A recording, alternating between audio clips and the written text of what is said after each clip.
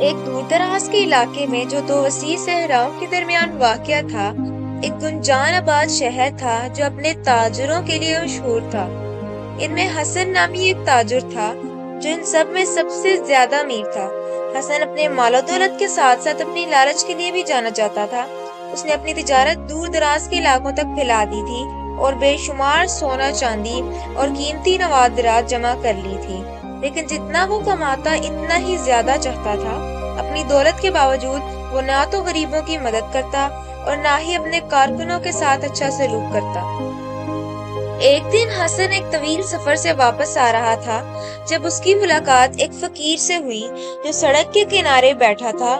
وہ فقیر ایک بوڑھے آدمی تھا جس کی لمبی سفید داڑھی اور نرم آنکھیں تھیں۔ اس نے حسن کی طرف ہاتھ بڑھایا اور کہا، جناب، کیا میں ایک ٹکڑا روٹی یا پانی کا ایک گھونٹ مانگ سکتا ہوں؟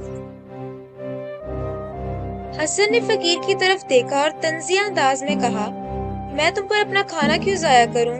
تم دنیا میں کوئی فائدہ نہیں پہنچاتے، صرف سڑک کے کنارے بیٹھے مانگتے رہتے ہو۔ اگر تمہیں کھانا چاہیے تو کام کرو۔ فقیر نے نرمی سے مسکراتے ہوئے جواب دیا، دنیا میں جو کچھ نظر آتا ہے اس کے علاوہ بھی بہت کچھ ہے۔ تاجر، آدمی کی دولت سونے یا جائیدادوں میں نہیں ناپی جاتی بلکہ مہربانی اور ہمدردی میں ناپی جاتی ہے۔ حسن ناراض ہو کر آگے بڑھ گیا، لیکن بوڑھے آدمی کی باتیں اس کے ذہن میں گونجتی رہیں۔ ایک فقیر دولت کے بارے میں کیا جانتا ہے؟ وہ بڑبڑایا۔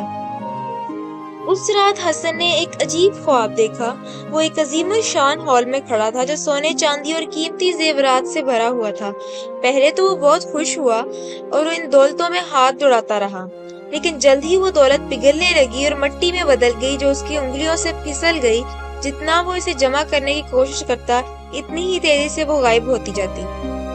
اچانک ہال میں ایک گہری آواز گونجی، ہمدردی کے بغیر دولت عارضی ہوتی ہے، ہوا میں ریت کی طرح۔ حسن نے ادھر ادھر دیکھا لیکن کوئی نظر نہ آیا۔ دور ایک بڑا سنہری دروازہ دکھائی دیا۔ اسے ایک عجیب کشش محسوس ہوئی اور وہ دروازے کی طرف بڑھا۔ جیسے ہی وہ اسے کھولنے کے لیے پہنچا، اسے ایک غیر مرئی طاقت نے پیچھے کھینچ لیا۔ حسن پسینے میں شرابور جاگ گیا۔ اس کا دل تیز تیز دھڑک رہا تھا۔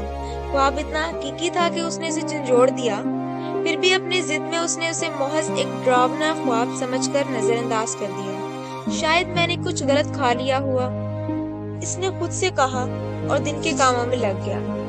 اگلے چند ہفتوں میں عجیب و غریب واقعات پیش آنے لگے۔ حسن کے ہر سودے میں ناکامی ہونے لگی، اس کے قافلے تاخیر کا شکار ہونے لگے، اس کا سامان چوری یا خراب ہو گیا اور اس کے ساکھ گرنے لگی۔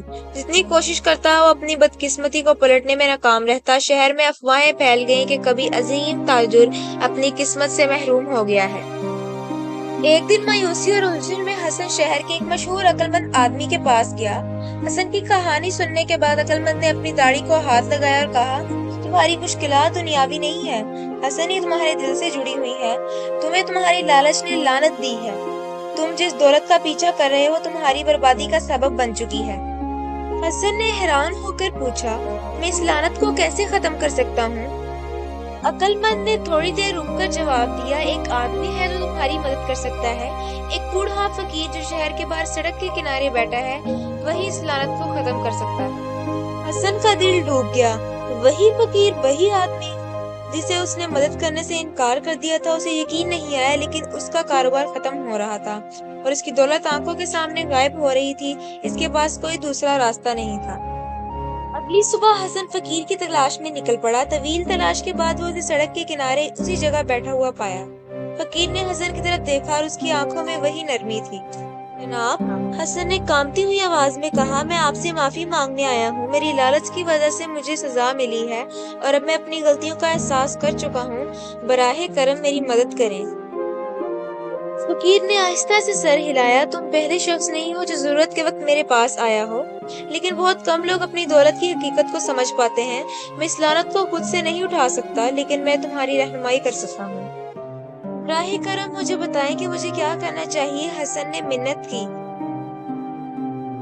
فقیر نے اپنے بوسیدہ تھیلے میں سے ایک پرانا سکہ نکالا اور حسن کو دے دیا۔